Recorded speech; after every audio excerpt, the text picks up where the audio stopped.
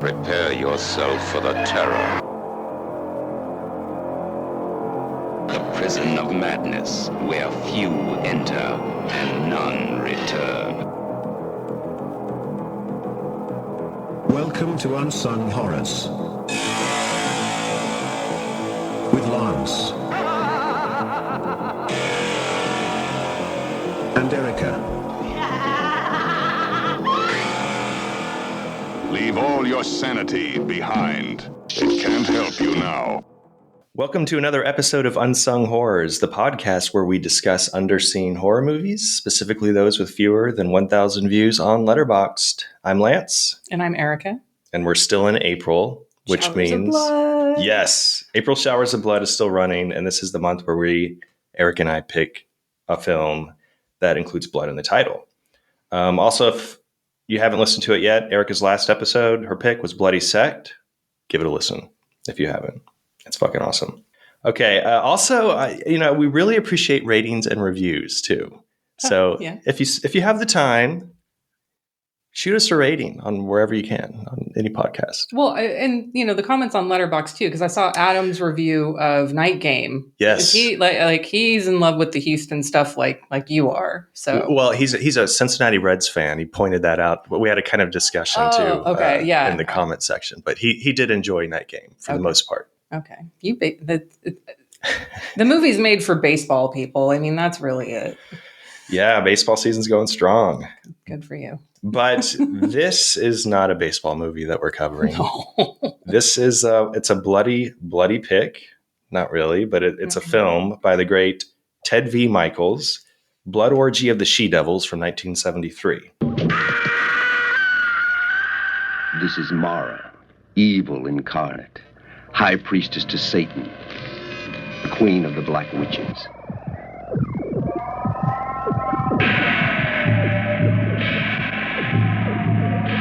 Blood Orgy of the She-Devils.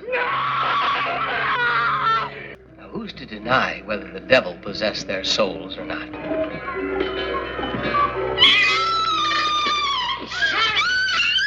Blood Orgy of the She-Devils. The film that dares to probe the black depths of hell. And like I mentioned when I announced this pick, I love this title. But spoiler, if you're hoping for an orgy, or blood for that matter, you'll be mildly disappointed. Yeah. Not even mildly. You'd be disappointed overall. Even if you go in and are like, okay, well, it's not going to be like a literal orgy, but it just could be like an excess of blood. There's not that either. Yeah, I mean, the ending kind of can be considered a blood orgy, which we'll get into. I guess I'll discuss my reasons, right? Sure. There are she-devils in here. That is accurate. But, I mean, they're not really like, I don't know, they're not too evil. It's just in their past lives. So yeah. I don't know. Okay, so Blood Orgy of the She-Devils. To quickly summarize, it's a group of women who come together under the guidance and the power of Mara, the queen of the Black Witches. And she uses her occult powers and spells to allow these maiden disciples to experience their past lives through visions in a mirror or even a crystal ball. And in every case, these women were either tortured, stoned to death, burned at the stake, basically assaulted by men who felt that these women were just powerful witches. So Mara and these she-devils seek revenge on these men for their past lives' actions and of persecuting women as witches, and they sacrifice them. And there's really no way to spoil this 73-minute movie, because nothing really happens. It's kind of like this visual and sonic experience. I don't know. It's definitely not something that you necessarily watch for the plot, but we will dive into the ending and discuss what maybe people might consider a spoiler. I don't know. Just like every movie we do.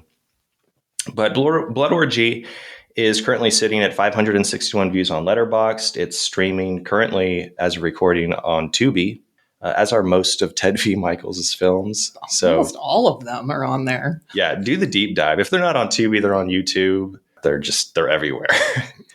None of them are hard to find. Yeah.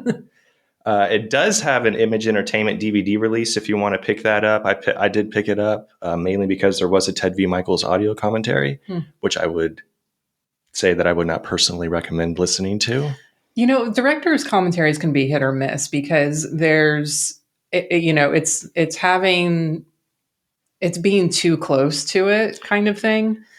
And you're not really getting the type of information that you would get from, like, say, a film scholar from the outside. Right. Who's done like their research on the making and the director. So it's a different perspective. Yeah. I usually love the director's commentaries. I like the Carpenter ones, especially when it's him and Russell. Those are the fucking best. But Escape from New York is oh my God, the best. It's so good. But overall, like every now and then when there's a director's commentary, I'm like, Well, I mean, Ted V. Michaels, when I listen to him, when he's being interviewed, I love listening to because he's so excited all the time. Yeah. There's a moderator who's asking him questions, setting him up to, he's asking all the right questions and he's in a really happy mood. But the audio commentary for Blood Orgy of the She-Devils is basically him talking about every room in the castle, what it was used for when he lived there. He was very impressed with his script, so he kept saying, man, I can't believe I wrote this, And he would literally sit there. He talked a lot about props that came from his personal collection. But the biggest, most upsetting part about it is he would just stop and watch the movie for 3 minutes at a time with saying nothing. And then he'll be like, oh, wow, react like he's seeing it for the first time. It's endearing. That is cute. There are a few fun stories, but you're basically just watching a movie with someone who knows a little about the castle. It's cheap. I mean, you can find it for under $10 if you wanted to pick up the DVD. I recommend it. God, stop it. You just said you wouldn't before you went into that tangent. My God. I recommend owning every episode, or every film we cover on the podcast. That's kind of my goal. That's why I like to buy things. Also, leave us a rate. Enough begging here. Okay. So Erica and I, we both watched a lot of Ted V. Michaels movies. You probably watched a lot more than I did. I watched way too many.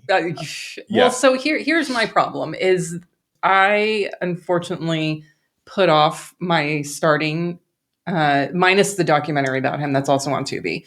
I started my watches this week, before recording. And if I had started 2 weeks ago, I could have separated them out a little bit more because even though he does cover a lot of different genres, he's got the Doll Squad and Corpse Grinders and Astros on, sci-fi, action, horror, he's all over the place. He is. His stamp is so firmly pressed on all of these that it's very hard to watch a lot. A Ted V. Michaels marathon is damn near impossible. And I have a high tolerance for putting up with some shit. It's true.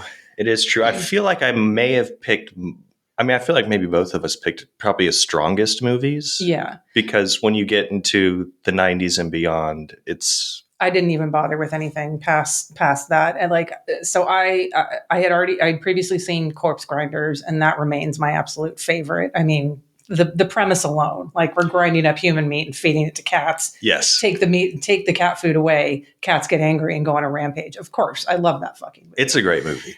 I mean, I watched, the first time I watched Astro Zombies was when I was in high school, because I was then, and still am now, a big fan of the Misfits.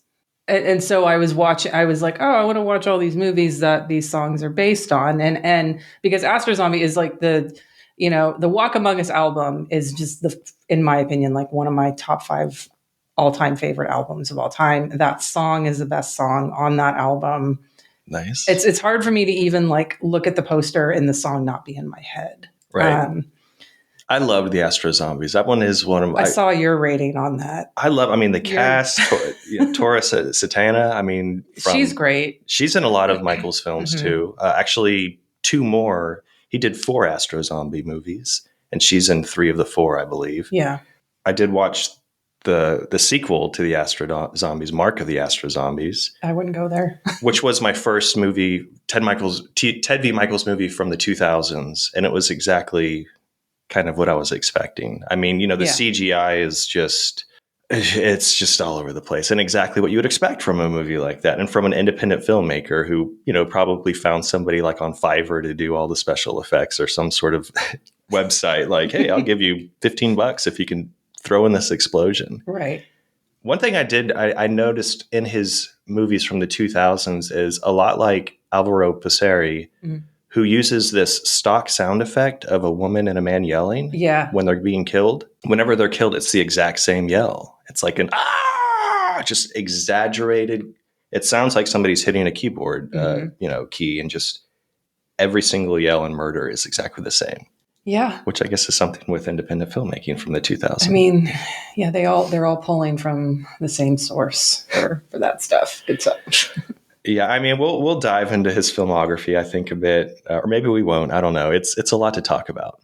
There are a lot of regulars, like in a lot of independent movies, the directors use a lot of the same actors in their movies. And Blood Orgy has a few of the Michaels regulars, specifically the women in all his movies. The main reason being is in 1972, Michaels purchased this huge, what he calls a castle. Mm-hmm. It's this 8,000 square foot, 26 room, 100-year-old castle in Glendale, California. And it stood on a few acres of land. And that's where he filmed Blood Orgy of the She-Devils and so many of his other films. Michaels was referred to as a polygamist because he would have 5 to 7 women living there with him, which he'd call the castle ladies. And he claims to have had like over 60 women that lived with him in the 14 years that he lived at the castle. He claims, though, that there was nothing funny going on. Yeah, he said that in the documentary. And I was like, okay. Yeah, I mean, I'm sure he was a stocky little guy. He was a handsome. He was very eccentric.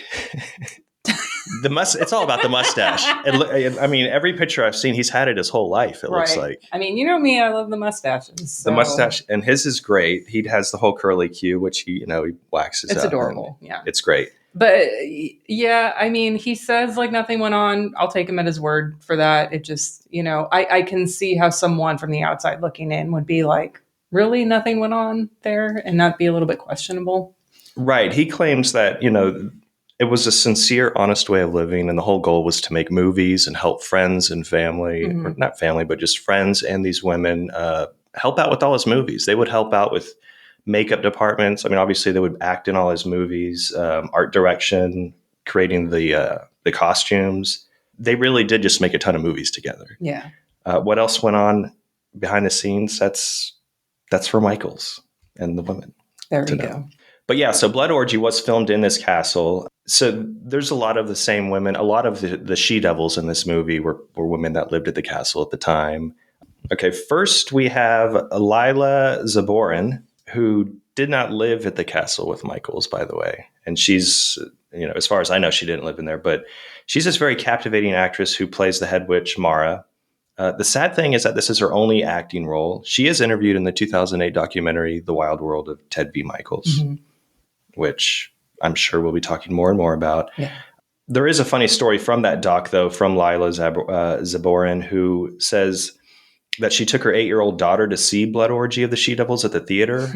And after the film, her daughter wouldn't speak to her and wouldn't even go home in the same car with her.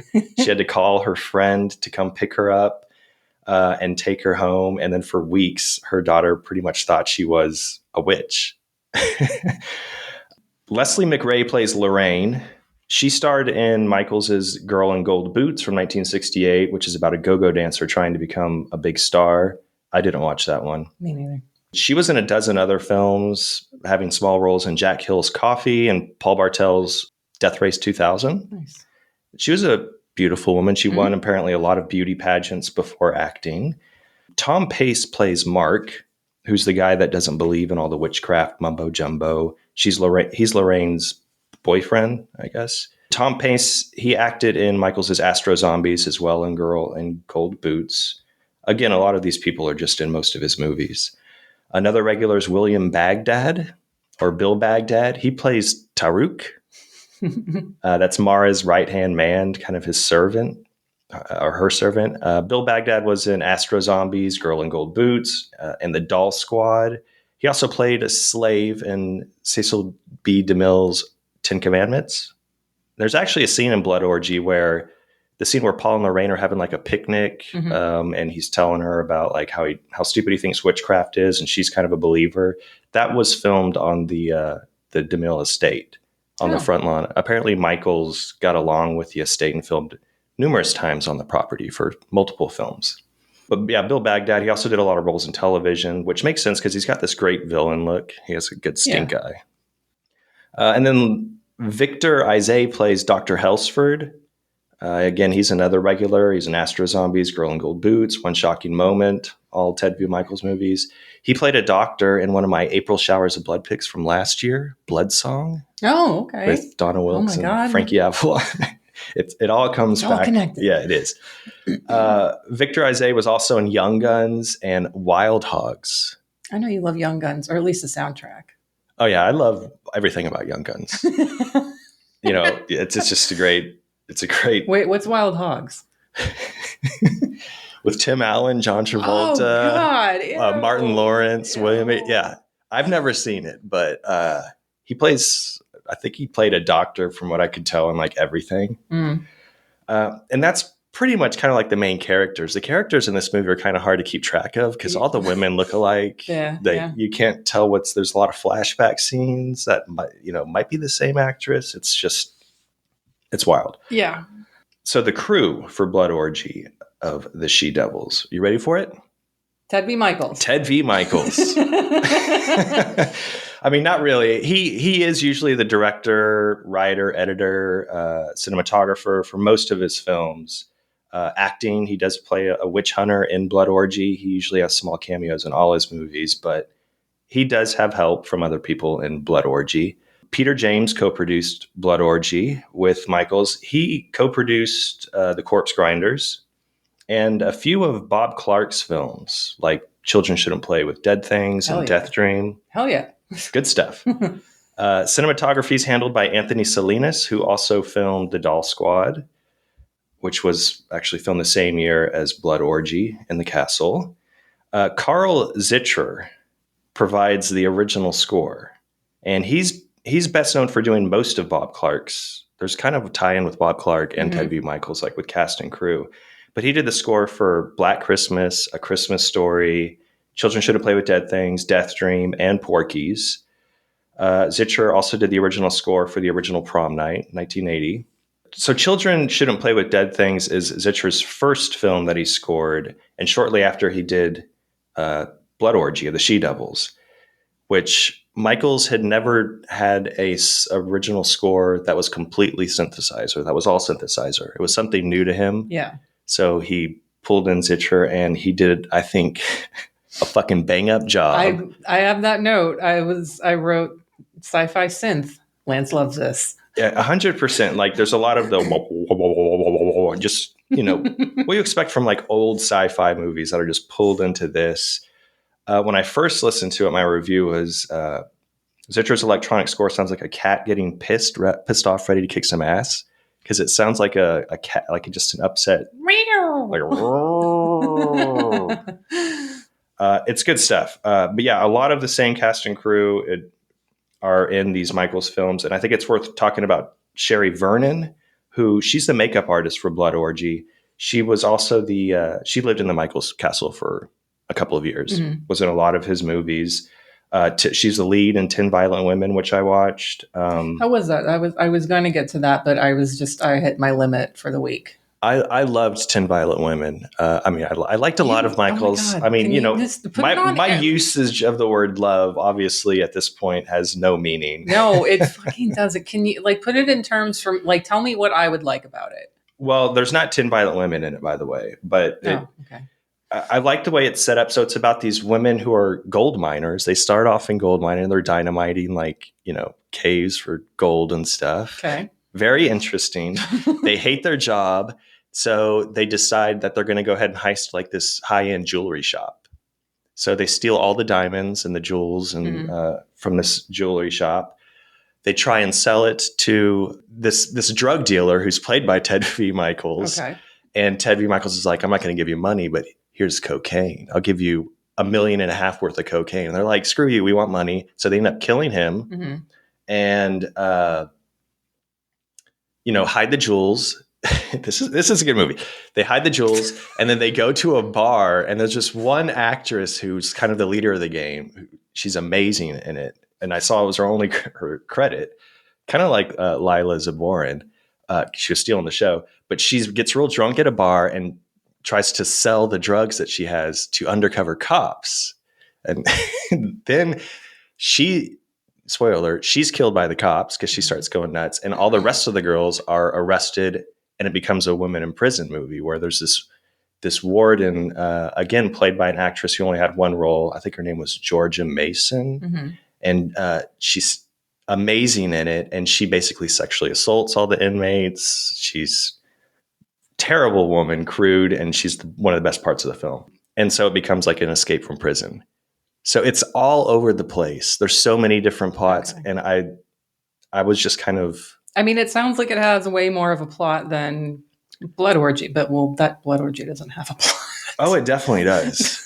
Like, I mean, there's a structure to it. Yeah. And it's interesting, you know, how women in prison movies are usually like, maybe they'll show the crime, but usually it starts off just in women in prison. Right. And that's the whole movie. Yeah. This is like 45 minutes of these women kind of becoming these criminals, making the decision, committing the act, getting caught. And then like the next half is them escaping and, you know, how they can live with their newfound freedom. Okay. Is it sleazy? Like once it gets to the women in prison part? It is sleazy. There's nudity. There's like some, but you know, like the shower scenes, they all have, I'm not going to sound like a fucking pervert here, but they're all in their panties, you know, I hate it when they do that. I mean, I guess some of the actresses weren't comfortable. I don't know. Maybe Ted V. Michaels wasn't. Then don't have a fucking shower scene. I'm sorry. Right. Like if you're not going to fucking get naked, then don't have a fucking shower scene. It's ridiculous. Yeah. I mean, it seems like they would be naked walking in, but the setup is they kind of walk in, they're going to start their shower. And that's when like the fights start. You can have a locker room scene because I can understand like, okay, well, we're getting undressed or redressed, after our shower. Yeah. The actual shower scene, if you're not fucking naked, don't have it in your movie. Yeah, I find that I think I'm so, I don't know, in love with some of Michaels' movie because of the performances. Okay. So that's why I would recommend 10 Violent Women. All right. The plot is interesting. So the thing that's funny is, you know, Ted V. Michaels, he basically did the rest of Blood Orgy, directing, editing, producing, and writing. And he claims to have spent about 2 years gathering notes based on his personal experiences with witchcraft and attending a lot of seances in California. Yeah, invocations of deceased souls that he would go and participate in. 2 years? Well, this was, so he knew it was a subject that just fascinated him from what I understood. Uh-huh. And he would, you know, I guess a lot of people have journals and stuff and would just take notes of stuff.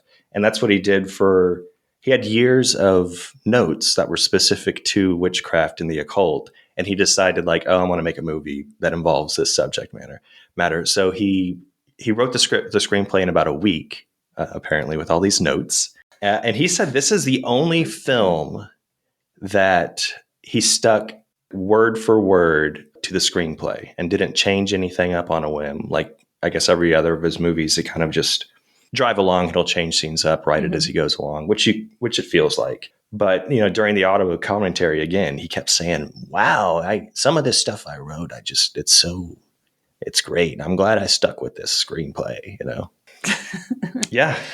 He was very focused, apparently, when he wrote this screenplay and very pleased with it, which I think it's a hilarious screenplay because it's just mumbo jumbo of like probably every book he ever read. Yeah. Pulling from religious themes and myths and astrology and all sorts of cultures. I mean, it's all over the place. It is. I 100% appreciate the work that he has done here. You have to. You can't not, especially after watching the documentary, which, you know, I don't know.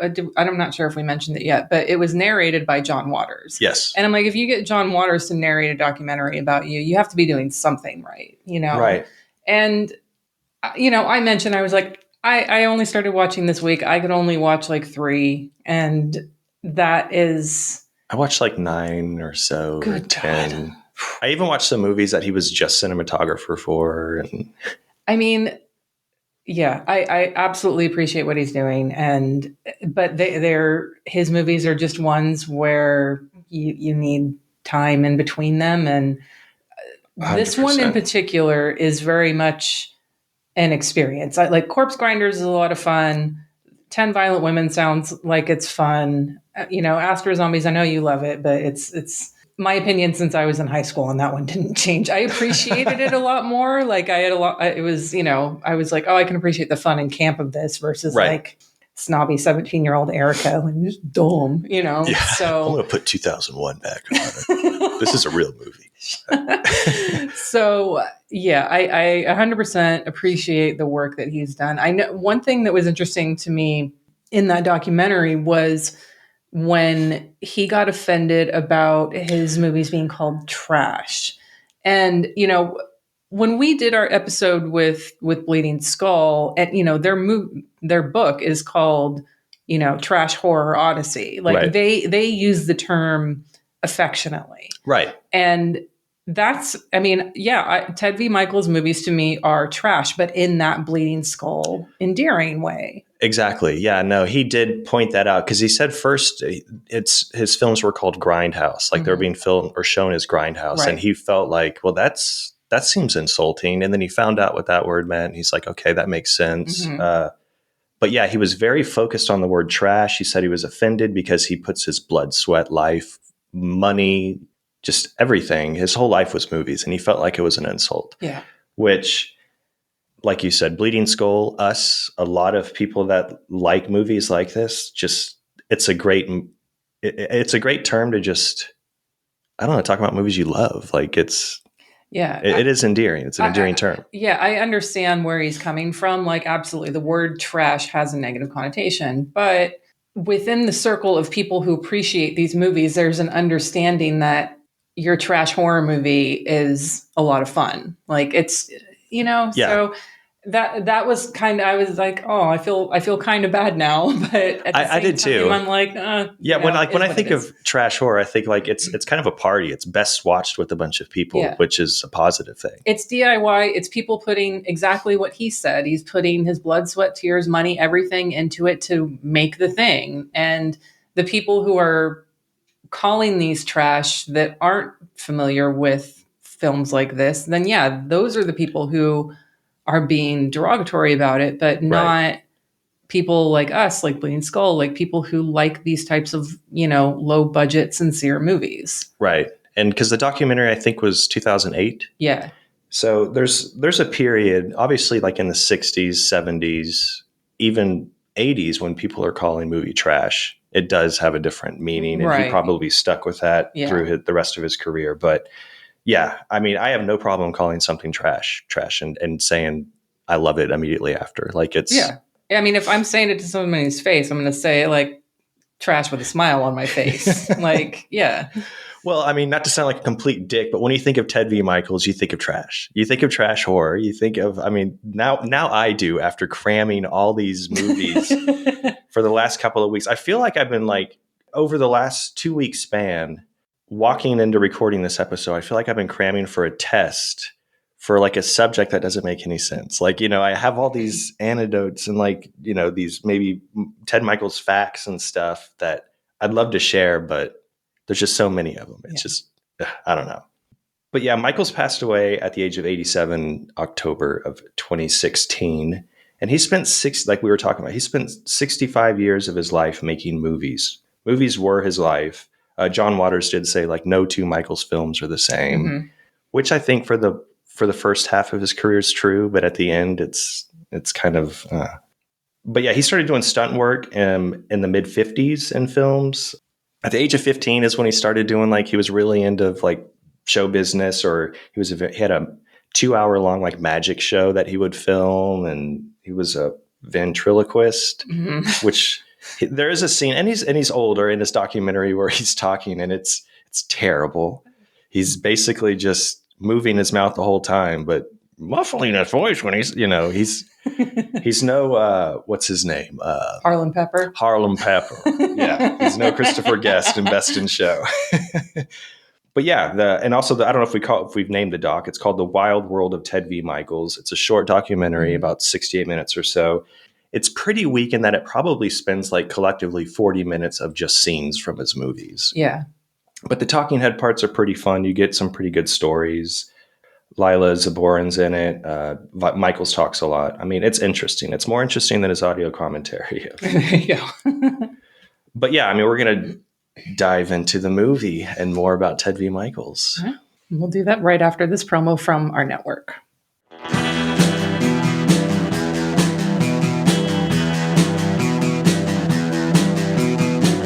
You're listening to the Prescribed Films Podcast Network, home to hundreds of hours of free podcast entertainment. The shows on this network all have a common goal, providing you with the best discussions about movies and other forms of entertainment media. The PFPN hopes to fill your earholes with audio joy. Visit our website with links to all the other amazing shows at www.thepfpn.com. Thanks for listening.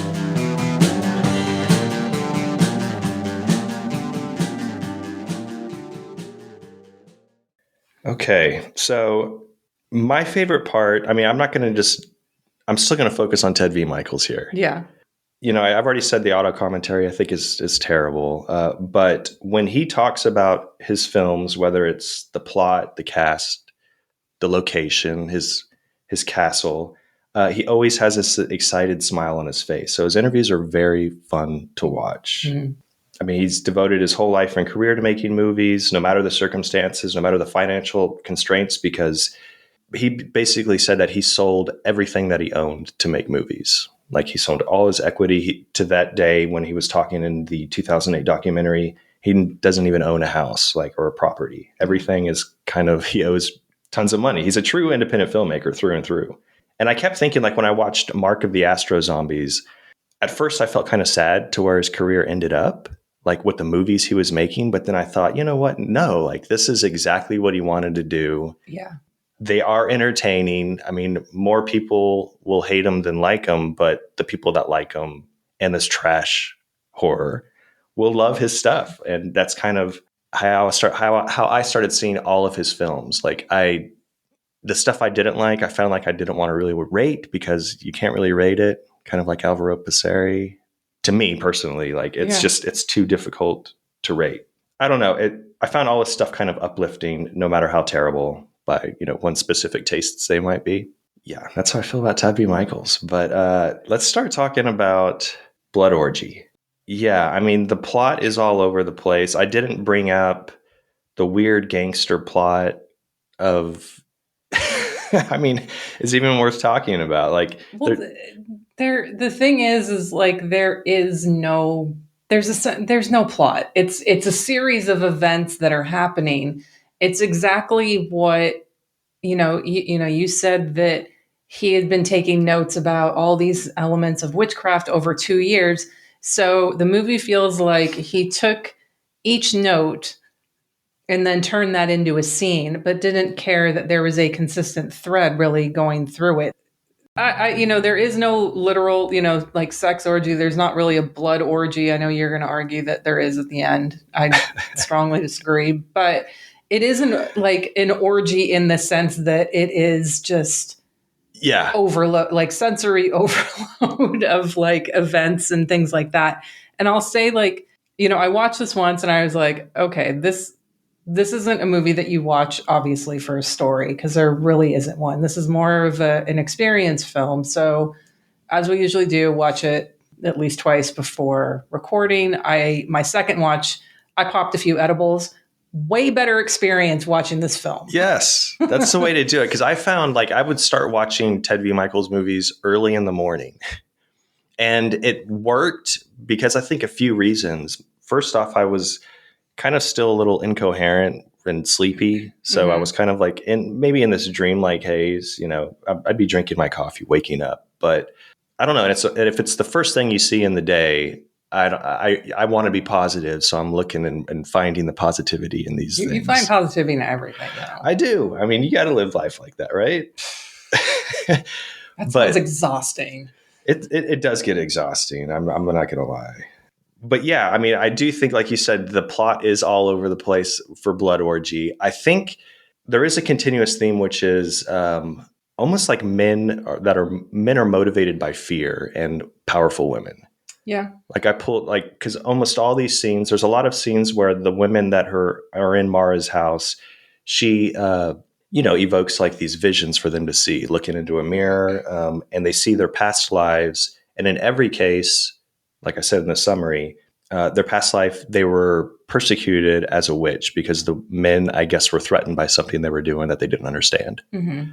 And that kind of carries out through the whole movie too. I mean, the ending, I think, even kind of, it's these four men who just kind of show up and they're kind of motivated by fear of what Mara and these witches could do. I don't know. I'm just kind of reaching at this point. You're right. There is no plot. Thank you. Jeez, took you like 5 minutes of rambling to be like, yeah, you're right, Erica. Like, yeah, I know. There is. I mean, it's it's 70. Okay, there's a difference between having a plot and just things happen. And that's what this movie is. It's like all of his little notes in his pad from all the stuff that he read about witchcraft. And he's like, oh, I read this thing in this one book. I'm going to make a scene about that. Like, yeah, there's a very loose thread here connecting all of it, but it's basically repeating. It's like, oh, another woman came. Here's a flashback, and you were a witch who died this way. Oh, here's a flashback, and you died this way. Like, it's true. It's endearing in that way because of like its repetitiveness, its a lack of a plot. This movie would be infuriating for most people to watch. As would most of his movies. I mean, no doubt. Yeah, all of them, yeah. I mean, one thing, like I did mention before, I do think the appeal for me personally is the cast that he selects. And in most of his movies, and I have to give it to him, he assembles female casts. In every movie, there's usually a female lead, which I love. And in this movie, it's Mara, played by Lila Zaborin. And she is like so impressive as soon as she starts off in her first seance where she's kind of just shrieking and yelling and in pain because I guess this deceased soul isn't inhabiting her body. It's her performance throughout the entire plotless 73 minutes is just so captivating. And one thing that I just was completely into, and like I mentioned too, in 10 Violent Women, there was that actress who plays the leader of the gang, Sheila. Her name is Sally Alice Gamble. She's like setting all the plans for this gang, and she has this take no shit attitude. The warden, she reminded me a little of Susan Tyrrell. He finds these actresses that have no previous history, acting history, or even after these movies, and I just think they kind of steal the show. Tora, in all the Astro Zombies movies. And I know you didn't like this movie very much, but I kind of talked it up obviously too much. But Strike Me Deadly, his first movie. I guess I just like, it's just structured really weird. It is. It's all a flashback scene of how it's like a love story. Yeah, it's mostly a love story. I like the idea of it where like just some random guy in a forest happens to see a guy get killed. And if you just would have had this like mad pursuit going on and there's also this forest fire that's being contended with, like, sure. But the middle part, I was like, fuck off. Yeah. It's a flashback scene to how this kidnapped couple met and, came to the forest and working there. Yeah. You talked that one up and you did not mention anything about that middle part. I'm a little mad about that, actually. I mean, again, I loved it because the actress and the actor, I mean, they felt so real, like their banter and the way they just presented their emotions and actions. I don't know. Again, I love the cast he assembles in most of these. Like, I haven't watched a lot of the 2000 movies in the 1990s, which seem like he pulls a bunch of and especially in Mark of the Astro Zombies. I don't know if that was a crowd-funded movie or something, but the amount of people being killed just like in the street, and it's just, I feel like that might have been like a pledge reward level. Like, I would do that. Oh, I would too. Yeah, 100%. I would be like, hey, I'll get killed, and just don't show my face. Like, well, yeah.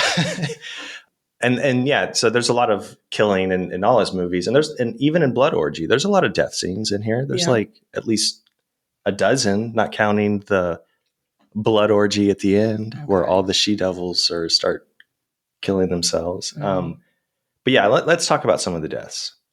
Again, this is me talking, everybody. You're sick of me or you like it, but I'm still putting up with you. So. Yeah, for now.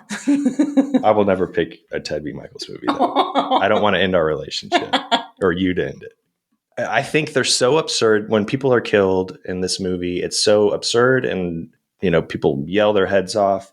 It's strangely realistic. From all the people I've seen that I've killed, they react this way. Yeah. I haven't killed anybody, but Lance has. So a lot. I mean, that's why I'm so positive in life. It's because I let out my anger in ways that help the world. But a lot of these women, like we said, are killed in a past life. There's a woman being strangled by a lover, which is the weirdest scene that has like this clock going off and like a cuckoo, cuckoo, cuckoo, which doesn't make sense because everything seems to be like this centuries old time period. But that specific murder is really odd. Yeah. But when she's killed, he just strangles her to death. Die. Just die. And she's gagging. I'm like, okay, I'm into this. That's kind of the first one. And then we have Sherry Vernon, who was the makeup artist in this movie. She's the one that's tortured. Ted V. Michaels is the guy that's jabbing needles into her back. And then she's burned at the stake while her son watches. Yeah, he gets beaten. He gets whipped. I was hoping that would turn. Well, then I would have to write about it. So there's a woman that's stoned to death, which is pretty brutal because she has the whole setup for that is these men gather around. They think she's a witch. They try and perform this exorcism that fails. Mm-hmm. And her yelling, she genuinely looks terrified. And they drag her and all the villagers come and just pummel her with these rocks. Yeah. Disturbing. My favorite scene, though, is when Mara is executed by these gangsters that, I don't know, they want to kill her because she used some sort of magic spell to kill some ambassador to the United Nations. Rhodesia. Rhodesia, yes. By drown. I mean, hers is kind of cool, too. She has a photo of him and puts it in like a fishbowl filled with water. Yeah. And he's at a party and drowns on water, which isn't there. The gangsters want to kill her, I guess, to, destroy any evidence of the murder. And there's this shooter. They send a shooter and he goes into the castle and shoots Mara 3 times, shoots a woman that's there, like looking into the mirror, and then kills Taruk, her little servant. And that whole scene is kind of brutal because it's just a matter of minutes. And this guy just walks in and just starts shooting. Like it felt like a mass shooting scene. It was really disturbing to watch. Yeah, her getting shot. He just like opened the door and just like shoots her 3 times. I was like, oh, she's dead now? But no. She turns into a cat. Yeah. And she raises Taruk from the dead and she's back. I mean, and then later she turns into another animal, which you love. Yeah. Well, she gets revenge. She gets like some voodoo dolls out, and then she gets revenge against the 2 gangsters who killed her. And there's one guy, like I wrote like ants in his pants. Like that was my note. I heard that a lot. Lance has ants in his pants. Did you? Yeah, it's a good rhyme. And he does the boogie dance all the way to France. You know what? Like I used to get on the dollar bill, how it says United States of America on there. Yeah. People who would pick on me would fold it over to like spell out something different at the top. So it would be Tits of Erica. Oh, nice. When I was a kid. And I was like, I don't even fucking have any tits. Like, what am I doing? I have no cash. I mean, I never have cash, but I need to try that. Don't stop it. Bringing back my trauma. So hey, you brought up ants in the pants. Look, I didn't know that about you. So like, clearly he was sitting there like scratching like he had ants in his pants. And that was a problem as a kid. I always had ants in my pants. Well, that's your fault for pooping ants. I was going to say for being so sweet, but all right. And then the guy who has ants in his pants jumps out of the window, which is fun to watch. Yeah, always. I wish there was a dummy fall. There isn't. I mean, it's like that way. So the way that one happens is she puts a voodoo doll in a jar that has ants in it, and like a snake and lizards. Yeah. I mean, it's I gotta tell you, if someone put like my voodoo doll in a jar with a moth. Oh yeah. Good fucking God. Oh yeah, that's sad. That's scary.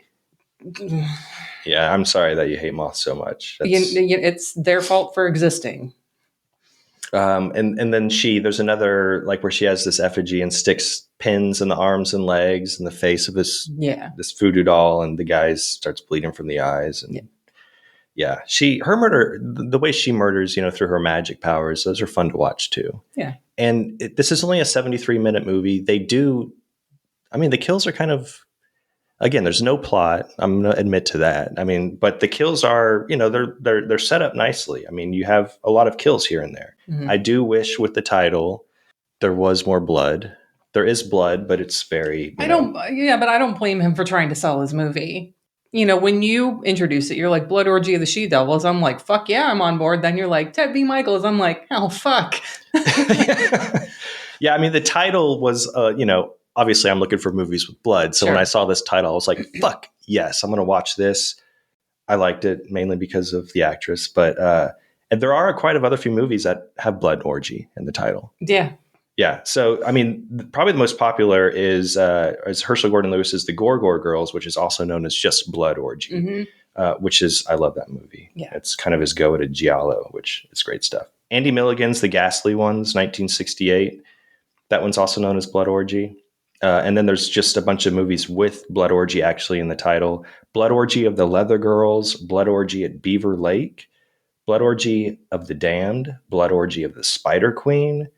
There's a lot out there, but yeah, Ted V. Michaels was the first to use Blood Orgy in the title of his movie. So respect for that. Should we talk about the ending? Sure. Do you have anything else you want to talk about? My only other thing is you kind of already mentioned it. Like when she comes back to life, she turns into, besides a cat, she also turns into a bat, and there's a great fake bat in this. And so there is a great fake. I didn't give a star rating on this. I gave it a heart because I was like, I got nothing. But if I was going to give it a star rating, fake bats always bump it up an extra half star, just like a child kill. So what do you think it would be if you had to rate it? Like if I had a gun to your head right now and I was like, you have to rate this or you will die. I'd probably give it like a 3, maybe a 3.5. Good Lord. On edibles, this would get a 2.5. Okay. That's good. 2.5. And I would need an asterisk for that, on edibles score. Also, and say half star specifically for the fake bat. Exactly. The half star for fake bat, total score based on being on drugs. Right. So, yeah. So the fake bat scene, it's at the very end. The ending, again, like you said, there's the beginning and the end. It's kind of bookmarked by this plotless, just scenes of whatever. Mm-hmm. But the ending, it has some fun scenes. I think it's weak. So Mark, the lead character, I respect that at the end.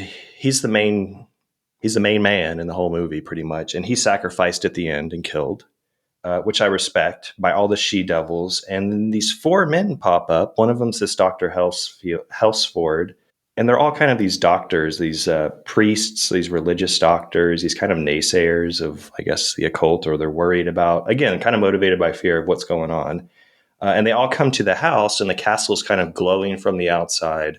And they all join together and have these cosmic powers and start shooting out electricity like they're Palpatine, just shooting it at the house. And as they're doing that, the she-devils inside, they've already killed Mark, they start having what I'm assuming is considered the blood orgy of just killing each other, killing Taruk, killing Mara. And the men enter the house. They walk in. It looks like some sort of cult death scene, like all the dead bodies everywhere, which was kind of cool to see. But Mara turns they're like, I can't find the woman, responsible, the queen.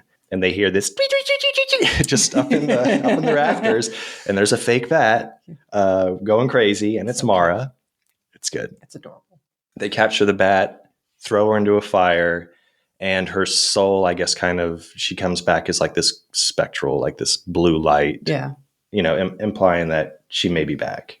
I was hoping for something a little more over the top, like maybe some crazy big demon puppet would pop out or something and just start wreaking havoc on everybody. Something big, You're not going to get that in Ted V. Michaels' movie. He doesn't have big anything in any of his movies.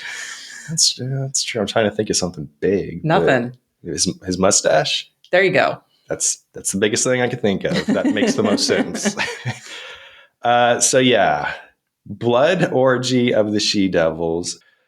I feel like my last couple of picks, I've lost some people that might be on my side with these picks. I don't think so. I'm specifically talking to Robert, who I've seen some, Robert, I apologize for Night Game, for Blood Orgy. I need to make this next pick something that will be my legacy. I need to find something like Primal Rage or I don't know if you can, Corruption. I know. I don't think you can top that. I don't know, but we've talked about it. Would you recommend this to people? On drugs. On edibles? Yeah. Or any drug? I mean, stay safe, people. Like, no needles.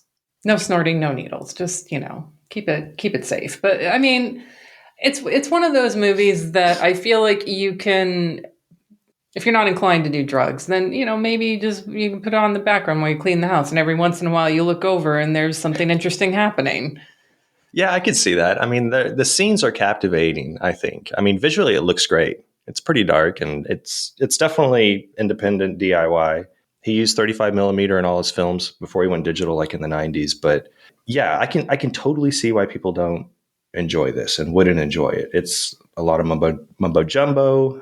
I'm fascinated by what we've already talked about, like Michael's claiming he spent so much time and research on this. So you could just put it in the background and watch the visuals, but listening to that mumbo jumbo jargon and like how he's pulling from like Native American, and it's too much, but it becomes like, okay, well, this is definitely a product of its time, and he's going for it. Watch it early in the morning, watch it on drugs, watch it when your brain is rested, and it's good for naps too. Like, and it's one of those movies where also like, if you don't want to I'm sorry, if you don't want to do housework or you don't need to. That's true. Then, like, yeah, you can be laying on your couch, like, I need to take a nap. What should I put on? Blood Orgy, the She-Devils. Because then you can just sort of like drift in and out of sleep and kind of watch some And stuff. it's not going to, you're not going to spend your whole day nap, and it's only a 73-minute long. Yeah, exactly. Okay, that's a good. I will take that. All right, that's a good pick. I'm letting people get their healthy amount of sleep. There you go. I did want to point out there is an authorized biography out there called "The Life and Cinema of Ted V. Michaels" by Kevin Scott Collier. I'm interested to check it out. I mean, I've had my fill of Michael's films for a while. Yeah, but I am fascinated by his story, by listening to him answer questions, when brought up. So I might pick that up at some point. I do want to say, like, yes, I did. I'm not as big a fan of this movie as you are, but I am glad that you picked this and that we talked about Ted V. Michaels, because, when it comes to low budget filmmakers like him, they don't get a lot of attention. Everyone else is covering Carpenter, Romero, like all that sort of stuff. So, I feel, this is kind of in the spirit of what we like to do here. So I appreciate you picking it. Please pick better next time, though, for fuck's sake. I mean, to add on to that, yeah, most of his movies have only 100 views on Letterboxd. I think Corpse Grinders and maybe Astro Zombies have over 1,000. But yeah, I mean, he is somebody who a lot of people won't like, but he's a part of history for sure. And, I'm going to throw it out there, creating trash horror. So, yep. But yeah, when you watch Blood Orgy of the She-Devils, what are you going to put on after? Because you probably need to watch something after immediately. Like that's what both our double feature picks would have to be. I'm here to punish. Oh. So yeah, I think we're going opposite directions. Yeah, I'm doing a Test of Endurance double feature. Okay. And no, you know what? Take it back. Test of Endurance. Oh, I like that term. That's good. Double feature of low budget, plotting yet charming films from directors who films would be pretty impossible to have a marathon of, or even to go through. I need to dive into this director's films, and I'm going to watch, I'm going to spend the next few weeks watching their films. Impossible with either of these directors. Both this, my pick, and Blood Orgy are under 80 minutes. So I think this could be doable if you have the strength within you. Or you want to take a 2-hour, 3-hour nap. Yes, if you want to, you stole it. If you want to take a 2-3 hour nap, my double feature pick is Andy Milligan's Blood. Ooh, from yes. 1973. that might even be, I don't know, a tougher sit through. Oh. Than Blood Orgy? I don't think so. I think it's way more DIY. Like It is for sure, but okay. Andy Milligan's movies are so goddamn charming to me. Like I can't help it. I agree. Like, but again, they need to be spaced out. Like no one, God, who are you people if you've ever done an Andy Milligan marathon? Well, you're throwing out a Blood Orgy of the She-Devils and now That's what I'm saying. I'm like, this is a test of endurance, folks. Like if you can do this, I fucking applaud you. I love it. I love this pick.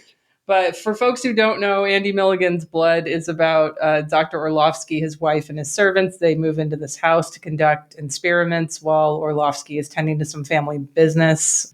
Like all of Milligan's films, it's basically watching a group of community theater actors deliver dialogue that bounces between statements of mundane tasks about going upstairs to do something and coming back downstairs to do something else to just outright yelling at each other. Milligan doesn't know how to shoot at night, so everything takes place during the day with a lantern if it's at night. I love Andy Milligan for that, but it's an endurance or an endurance test, if you will. So you can watch Blood. It's on Tubi, or you can pick up, I think Severin still has their Milligan box set. Not the deluxe version, but you can probably still get if you want to really dive into Milligan. Yeah, that's good. That's a good pick, Erica. So what about you? I kept thinking of two movies, especially the first time I watched it. I watched Blood Orgy of the She-Devils. And a couple of times these movies kept popping out throughout my first viewing. One was George A. Romero's Hungry Wives or Season of the Witch. Oh, yeah, I was thinking that one too. And then the other one, which I'm going with as my pick, is the British horror Night of the Eagle from 1962. It's also known as Burn, Witch, Burn. Oh, okay, which was the title for the U.S. release, directed by Sidney Hayers.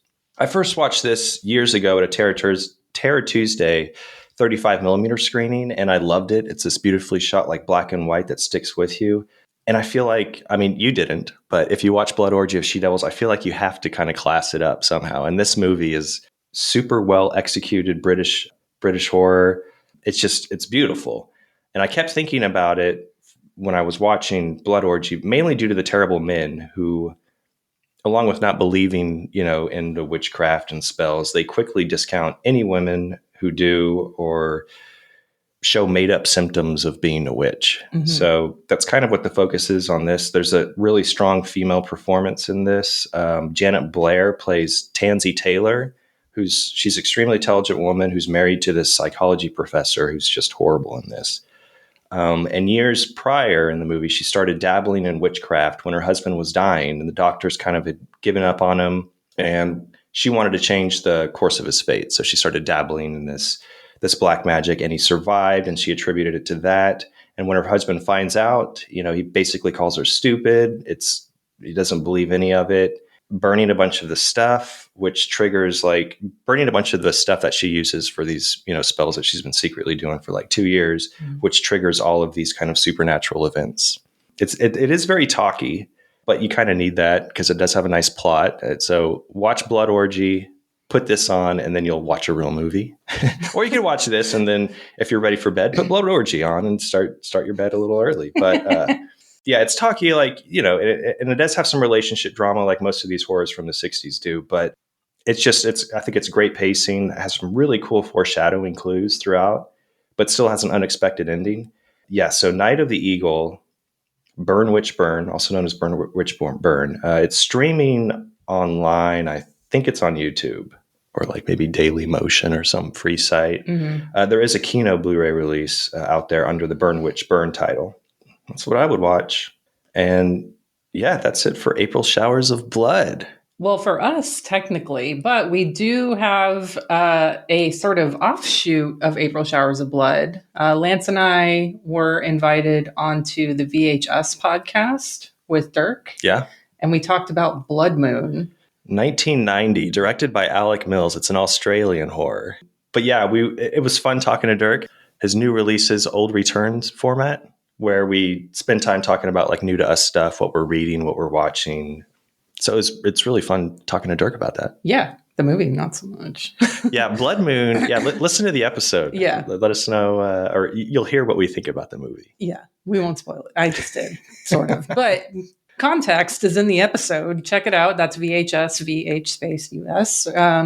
you can check that out. That should be out this week, actually. All right, so next movie. We are moving out of April Showers of Blood.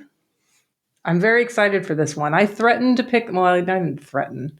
I said I was going to pick this one when we were recording our end of year episode with Anthony and Lindsay. This was one of my favorite new to me movies of last year. So we're going to be covering the Latvian movie Spider from 1992, directed by Vasilius Mas. It's basically the story about the sexual awakening of a young girl who agrees to sit as a model of the Virgin Mary for a painter. And soon she starts having nightmares about a giant spider. This is kind of like Blood Orgy. This is much more of an experience watch, but the cinematography is fucking god tier in this. Like it is gorgeously shot.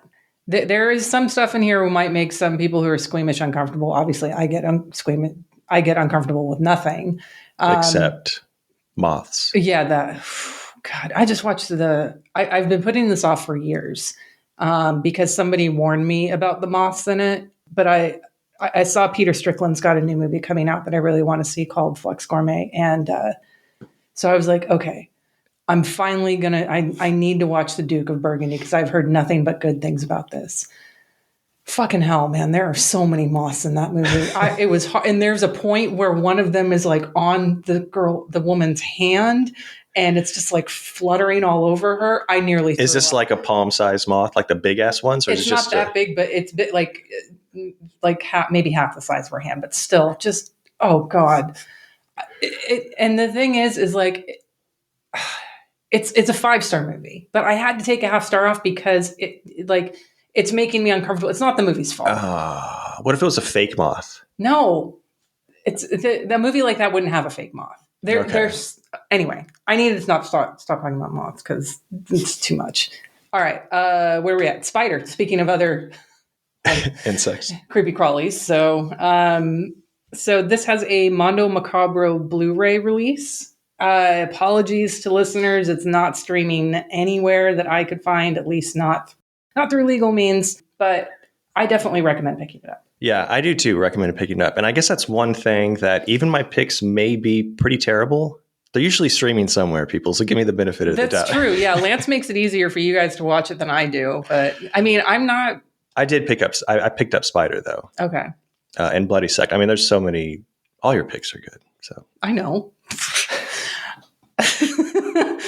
I mean, I'm not pulling movies that aren't available in any way, shape, or form. Like, I'm not like, hey, no, I did that with Black Pit. How about Blood Moon? That was the Dirk pick. That was Dirk's pick. I know. I'm just saying that was a tough situation. No, I did pick Black Pit of Dr. M, but I mean, the DVD was out of print, so I felt bad about that. But Spanish speakers could have watched it because it was on YouTube. So that's true. That. So yeah, pick up the Mondo Macabro Blu-ray. You can buy it directly from them on their big cartel shop. Diabolic DVD might still have some in stock as well. If you love movies like Zulawski's Possession, anything along those lines, Valerie and Her Week of Wonders, this is probably a movie for you. So that's for next time. And we're going to have a guest. It's been a while. Ian from Rock Shock Pop is coming back to join us for this one. Yes, I love Ian. If you guys don't follow Rock Shock Pop, it's really worth following because he does great reviews on Blu-ray releases. Mm-hmm. He talks about a lot of comic books that I love and grew up with. He's a big Swamp Thing fan. Yep. I mean, he's a great guy. We had him on for, what was Black Magic 2. Black Magic 2, during August. He did the commentary track for Black Magic 2 for 88 Films. He was our guest for that episode in August last year. So I actually, when I was picking this, I was like, I wonder if Ian has a review of this. And lo and behold, he did. So that's why I messaged him, and he's going to be our guest for next time. Excited to have him back. And then on another note, before we close out here, since we're talking about low budget horror in this episode, I did want to mention that there is an Indiegogo currently going on right now for a documentary about Dookie Flyswatter. For those of you who don't know, that he's an actor in films like Sorority Babes and the Slime Bolorama and Surf Nazis Must Die. You can find out more about that documentary on dookiedoc.com. That's DUKEYDOC.com. And you can also check out a recent episode from our friends over at Genre Exposure. They did an episode about sorority babes in the slime bowl-orama and plugged the documentary, so check that out as well. Nice. If you're not already, you can follow us on Instagram, Twitter, and Facebook at Unsung Horrors. And you can follow me on Letterboxd, Twitter, and Instagram at Hex Massacre. And I'm on Twitter, Instagram, and Letterboxd under El Shaibi. Thanks for listening, y'all. Night. Bye.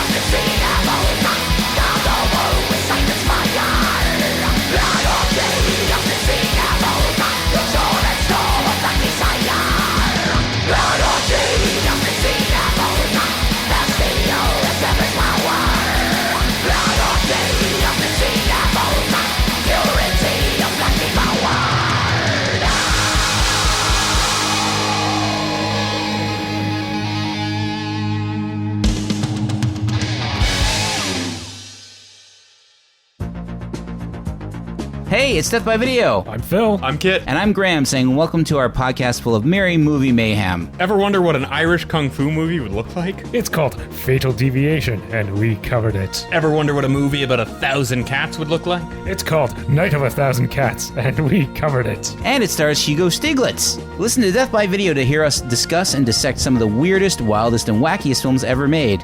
All this and more on Death by Video! Woo!